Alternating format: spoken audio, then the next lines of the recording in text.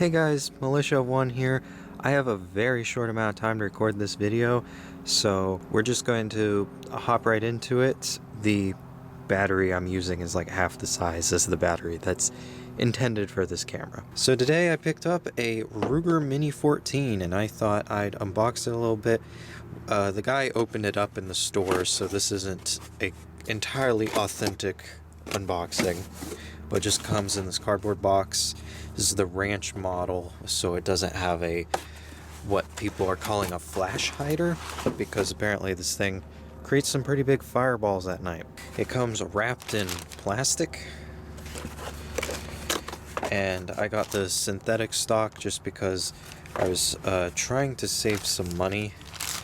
I've always wanted one of these and never have had the money to get one of these, so I ended up going ahead and going for it because heaven knows what's going to be going on this year, and I have a feeling the prices of firearms are going to skyrocket. Came in with this little plastic flag, you know, like empty chamber marker thing. But that's there because I put that there. A tutorial on how to insert the magazine and the instruction manual. And I guess that shows the different models as well. Oh, let's take this out of the bag.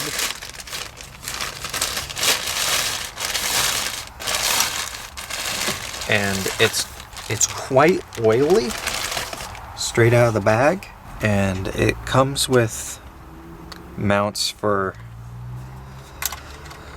a sling, which I really need to get. I really want a sling for this thing. Got that traditional system that people love from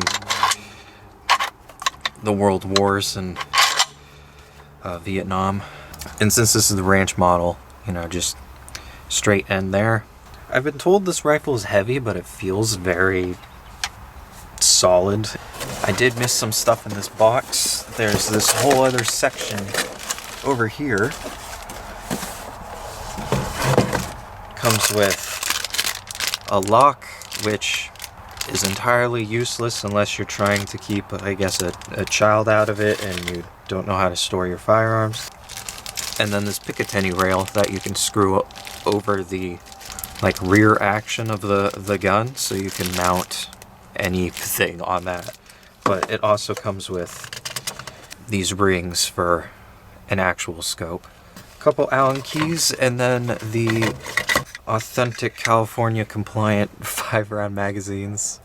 2 of them though. These are like a pain to get in and out though. I did get this 30-round mag. I didn't realize until after I purchased it that it was a Pro Mag. I have never had good luck with a Pro Mag, but it's steel and it's growing some mold, so you know it's authentic. I'm just praying that maybe this isn't a Pro Mag and it's just in a Pro Mag bag, but we'll see how it does. Let's try one of these 5-round mags. Oh gosh, yeah, that sits flush. So if you want your rifle to look like, you know, just a rifle, it looks cool. And you might, not entirely sure if you can load it like that, but might be able to treat it like an internal magazine. How much of a pain is it to eject that? Okay, so that drops free. That's nice. I assume that takes some getting used to, but let's try the 30-round mag.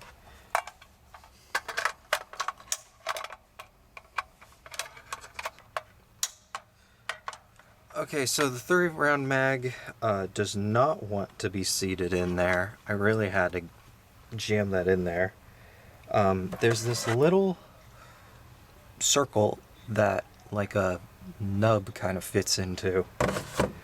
And on this one, I'm not sure if it's entirely in the right place, which is great Pro Mag design. Looks cool though. Maybe that'll somehow wear in. I made a mistake. But other than that, let's see how this shoots.